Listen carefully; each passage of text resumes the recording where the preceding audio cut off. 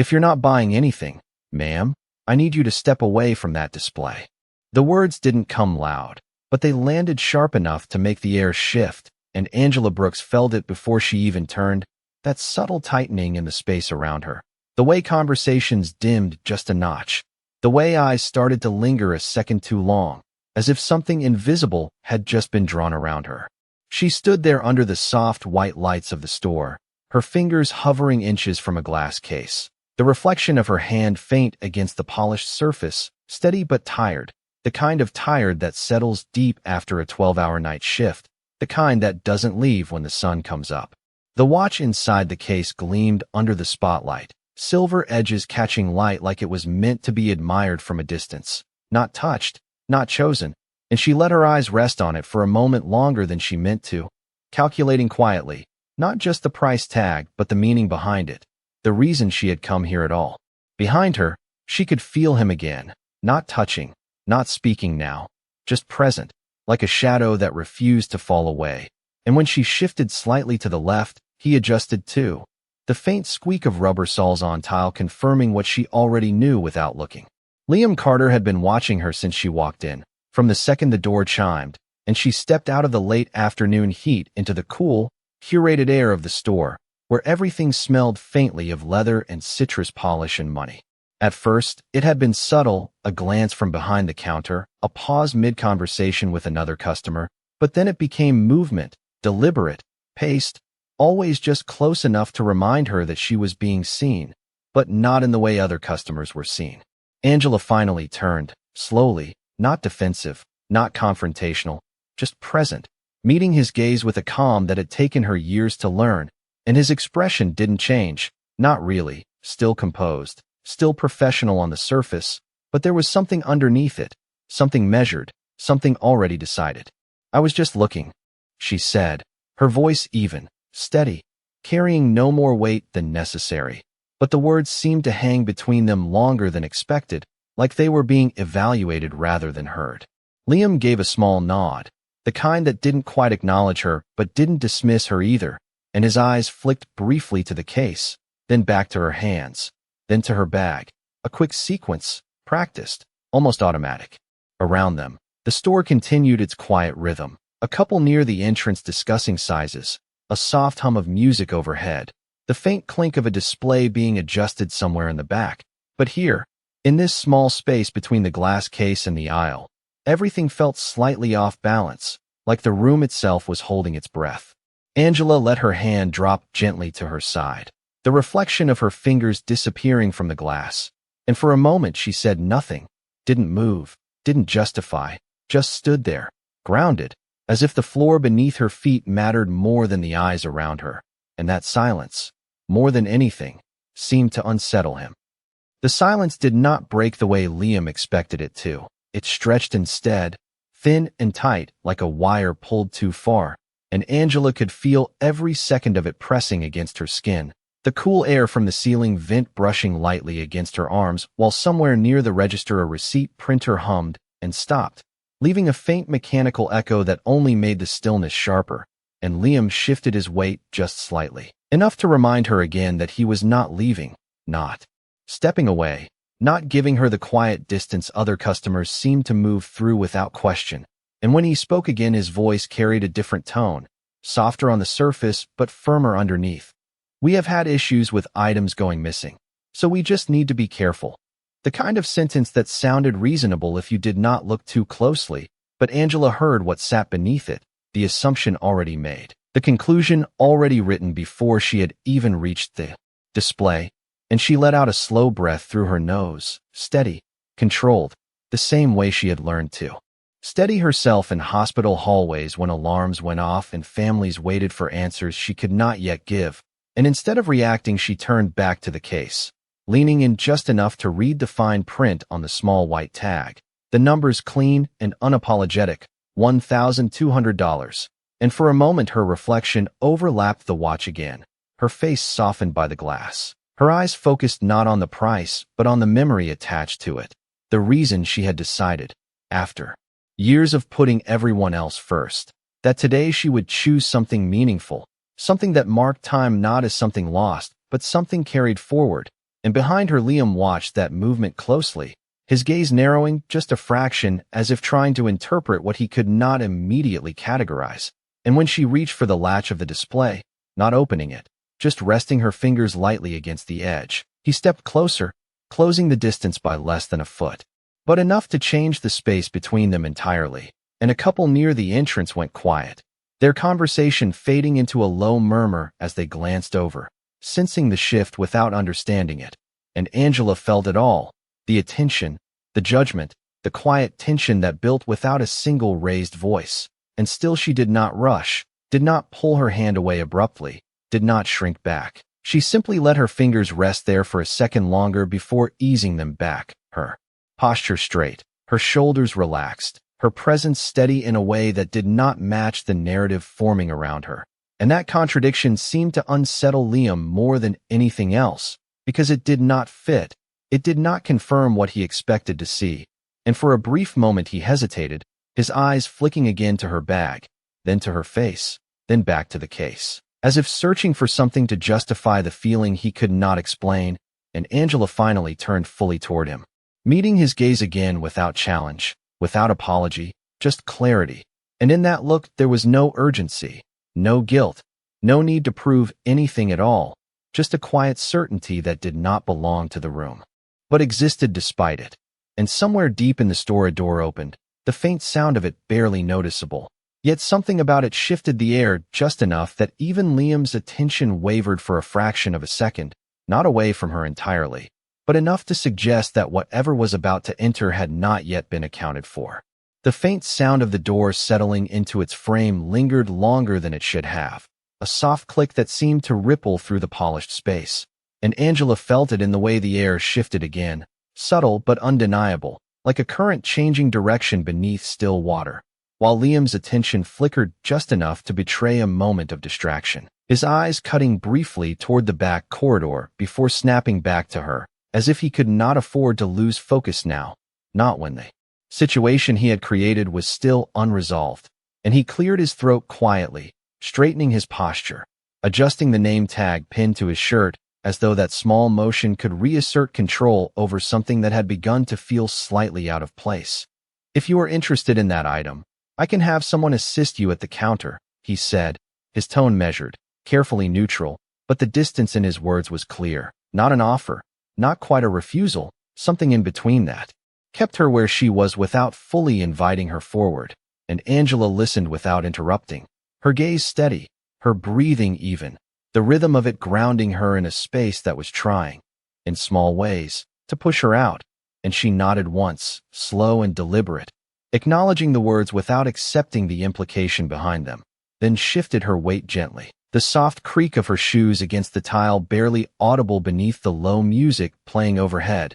And for a second the moment seemed to loosen, as if it might dissolve into something ordinary, something forgettable. But the tension did not leave. It hovered instead, waiting, held in place by the unspoken lines drawn between them. And somewhere near the entrance another customer stepped aside, making room without realizing why, their body responding to the atmosphere more than any visible action. And Liam noticed that too, his jaw tightening almost imperceptibly as the awareness of being watched settled over him now as well, turning the invisible pressure back in his direction.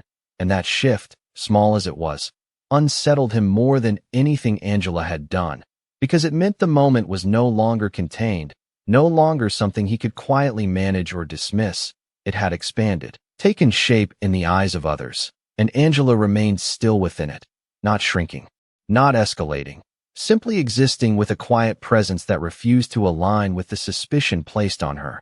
And that contradiction deepened the discomfort in the room, stretching it thinner with each passing second, until the faint echo of footsteps approached from behind the counter, measured, confident, the kind of pace that did not rush because it did not need to.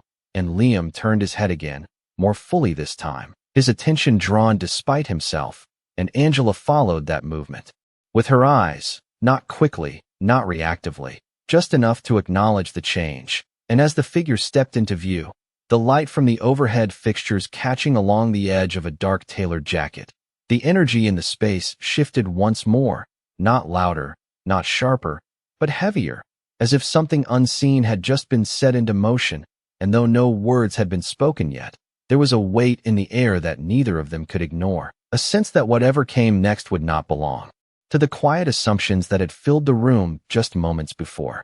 The man did not rush as he stepped fully into the light, his presence settling into the room with a quiet authority that did not need to announce itself, the kind that came from being recognized rather than introduced, and Angela noticed it in the way the air seemed to reorganize around him, in the subtle straightening of the staff behind the counter, in the way a conversation near the entrance stopped mid-sentence, replaced by a silence that felt intentional, and Liam felt it too, though he could not immediately place why, his posture tightening, his shoulders pulling back just slightly as if instinct told him to adjust before. Understanding caught up, and the man's gaze moved across the store in a slow, deliberate sweep, taking in the arrangement, the people, the tension that had not yet dissolved, and when his eyes reached Angela, something in his expression shifted, not surprise, not confusion, something deeper, something personal, and he took one step forward, then another, each movement measured, steady, until the distance between them closed to a few feet, and Angela remained where she was, her posture unchanged, her hands relaxed at her sides. But there was a subtle warmth that touched her expression now, almost imperceptible, as if something long expected had finally arrived without warning, and Liam's eyes moved quickly between them, trying to read the connection, trying to understand why the room no longer felt like it belonged to him. And for a moment no one spoke, the quiet stretching just long enough to make every detail sharper. The faint hum of the lights, the distant sound of traffic beyond, the glass doors, the reflection of polished surfaces holding still images of a moment about to turn, and then the man exhaled softly, not loudly, not dramatically, just enough to break that suspended stillness, and his voice, when it came, was calm, low, and unmistakably certain. "I was wondering when you would stop by," and the words did not carry across the store as an announcement. They settled instead directly into the space between him and Angela, intimate in their simplicity, but powerful in what they implied, and Angela's lips curved just slightly, not into a full smile, but into something real, something grounded, and she answered without hesitation, "I had a few minutes after work," her tone matching his, steady, familiar, as if this was a conversation that had happened many times before, just not here, not in front of this audience. And Liam felt the ground shift beneath him in a way he could not ignore now, his earlier certainty beginning to fracture as the pieces no longer aligned, because the woman he had been watching, measuring, containing within his assumptions, was now standing in a moment that clearly did not fit the narrative he had created, and the man turned. Slightly, just enough for the light to catch the small metallic key ring in his hand, a set of keys that glinted under the overhead fixtures, and Liam's eyes caught it.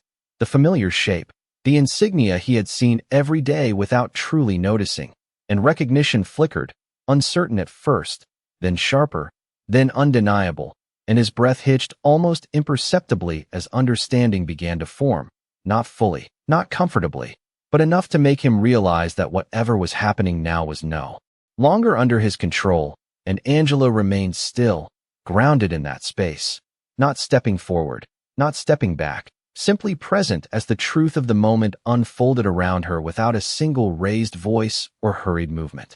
The recognition did not arrive all at once. It crept in through small details that Liam could not ignore anymore. The way the man stood without hesitation in a space that others moved carefully through. The way the staff behind the counter had gone still without being told. The way even the soft music overhead seemed to fade into something distant, and his eyes fixed on the keys in the man's hand again, that small metal emblem catching the light. Unmistakable now, something he had passed by every day without truly seeing until this moment forced him to, and a quiet unease settled into his chest, not loud, not sudden, but heavy, like a realization forming before he could stop it, and he straightened again, instinctively, his voice finding its way back with a careful edge. "Sir, I was just assisting the customer." The words chosen quickly, deliberately, but they did not land the way he intended. They felt thinner in the air, less certain than before, and the man turned his head slightly toward him, not sharply, not confrontationally, just enough to acknowledge his presence. And that simple movement carried more weight than anything louder could have. And for a brief second, Liam held his breath without realizing it, waiting for something, a correction, a dismissal, something that would restore the balance he had assumed he held just moments ago. But instead, the man's gaze returned to Angela, steady, familiar, grounded in a connection that needed no explanation. And he spoke again, softer this time. "You did not tell me you were coming by today." And Angela let out a quiet breath that almost carried a hint of warmth, her eyes softening just slightly as she answered, "I did not want to interrupt your day." And the simplicity of that exchange settled into the room like a quiet truth, undeniable and unforced. And Liam felt it then, fully. The shift he could no longer deny. The understanding that the moment he had controlled was no longer his to define. And the customers near the entrance watched without speaking, their earlier curiosity replaced by something more focused, more attentive, as if they were witnessing a scene unfold that did not belong to the assumptions they had first made. And the man finally turned back toward Liam, his expression calm, composed, but there was a clarity in his eyes now that made it impossible to misread. "What exactly were you assisting her with?" he asked, not raising his voice, not accusing, just asking. And the question settled into the space between them with a precision that left no room for deflection. And Liam's mouth opened slightly before any words came out, his thoughts scrambling to reframe what had already happened, to reshape it into something acceptable, something that fit within the rules he believed he understood. "I was making sure everything was secure," he said, slower now, the confidence no longer as firm. And the man held his gaze for a second longer than comfortable. Not challenging, not aggressive, just present. And that presence alone seemed to press against the edges of Liam's explanation, revealing the gaps without needing to point them out. And Angela remained still beside them, her posture unchanged, her hands relaxed, her expression calm, not stepping in to defend herself, not escalating the moment, simply allowing the truth of it to stand on its own. And in that quiet, the imbalance became undeniable, not through force, not through raised voices, but through the weight of what had already been done and what could no longer be undone. And Liam felt it settle around him, the realization that whatever came next would not erase the way this moment had begun. The question did not echo, it settled, low and steady, pressing into the quiet space like weight on glass. And no one moved to interrupt it, not the customers by the entrance, not the staff behind the counter. Not even the faint hum of the air system seemed as loud as it had been just seconds ago. And Liam felt the shift fully now, not just around him, but within him. A tightening in his chest that made each breath feel slightly measured, slightly controlled, as if the room itself was waiting to see what he would do with the truth that had already begun to surface. And he swallowed once, subtle but visible, his eyes flicking briefly toward Angela before returning to the man standing in front of him, searching for something, a signal, a way to recover the ground he had lost without realizing it. But there was nothing offered, no immediate judgment, no raised voice, only that steady presence, that quiet expectation that did not rush him but did not release him either. And in that stillness, the details of the moment sharpened further, the reflection of Angela's silhouette in the glass case, the faint crease in Liam's sleeve where his arm had stiffened, the way a woman near the entrance held her purse a little closer, not out of fear now, but out of awareness. And Angela shifted her gaze slightly, not away, just enough to take in the scene from a wider angle, her breathing slow, her posture unchanged, grounded in a way that did not need validation from anyone else in the room. And that calm, that refusal to react beyond what was necessary, seemed to carry more weight than anything louder could have, because it left no distraction, no noise to hide behind, only the truth of what had already happened. And Liam felt it pressing against him now, not as an accusation but as a realization, one that unfolded piece by piece. The way he had stepped closer, the way he had washed her hands, the way he had chosen his words carefully but never questioned the assumption beneath them. And for a brief moment he looked down, not fully, just enough to break eye contact, as if gathering something he had not prepared to confront.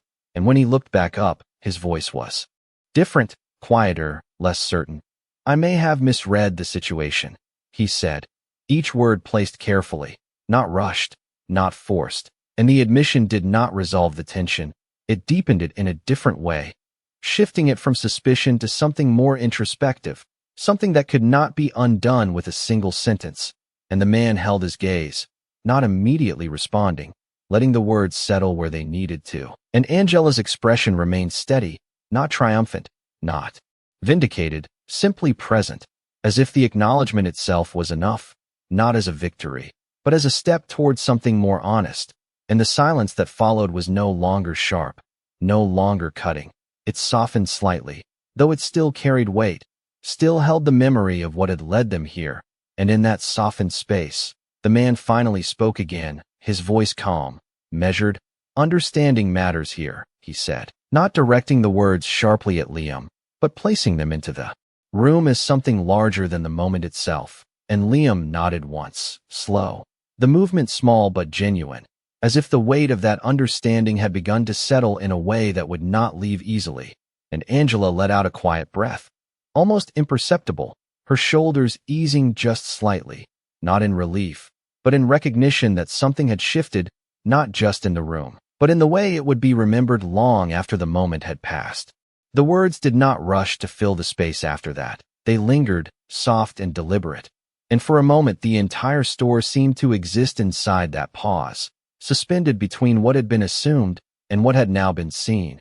And Marcus Brooks stood there with a calm that did not need to assert itself, his posture relaxed yet unmistakably grounded, the kind of presence that did not demand attention but naturally held it. And his gaze moved once more between Liam and Angela, not searching, not questioning, simply acknowledging the reality that had unfolded without needing to elevate it further. And Angela met his eyes briefly, a quiet understanding passing between them, something deeper than the moment, something built over years that could not be shaken by a single interaction. And she gave the smallest nod, as if to say that she was all right, not because nothing had happened, but because she had chosen how to carry it. And Marcus seemed to read that without hesitation, his shoulders easing just slightly, the tension that had entered with him now settling into something steadier, something more reflective. And Liam stood there, still, his earlier certainty now replaced with a different kind of awareness, one that did not come with instructions or immediate resolution, but with the weight of recognition. And he glanced once more at Angela, not quickly, not defensively, but carefully, as if seeing her fully for the first time beyond the frame he had placed around her. And that shift, subtle as it was, changed the way he stood, the way he held his hands, the way his voice had quieted. And the man behind the counter, who had been silent this entire time, lowered his eyes briefly before returning to his work. The atmosphere, no longer tense in the same way, but still marked by what had just taken place. And Marcus took a slow step to the side, his hand resting lightly on the edge of the glass case, not opening it, just touching the surface where Angela's reflection had been moments ago. And he glanced at the watch she had been looking at, the same one catching the light in that precise, polished way. And he spoke again, not to redirect attention, but to ground the moment in something simple, something human. "Is that the one you were considering?" he asked, his tone softer now, familiar. And Angela allowed herself a small breath, her eyes returning to the watch, not as something distant anymore, but as something she could choose without explanation. And she nodded once. "It reminded me of something," she said quietly.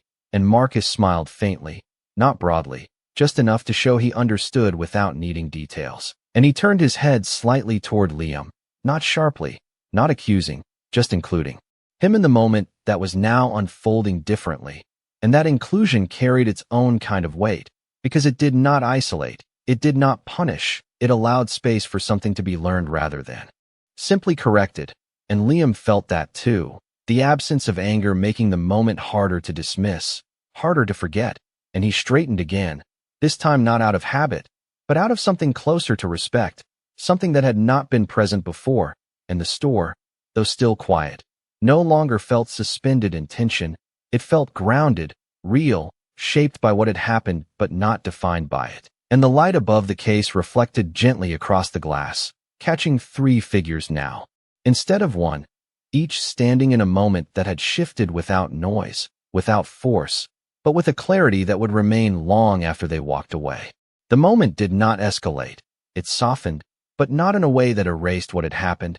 Instead, it settled into something quieter, something that asked to be understood rather than ignored. And Liam felt that shift more clearly than anything else, because there was no anger directed at him, no raised voice to push back against, only a calm presence that made it impossible to hide behind excuses. And he took a slow breath, the kind that felt deliberate, like stepping into something unfamiliar. And his hands moved slightly at his sides before stilling again, as if he was deciding how to stand in this new version of the moment. And when he spoke, his voice was lower now, more careful.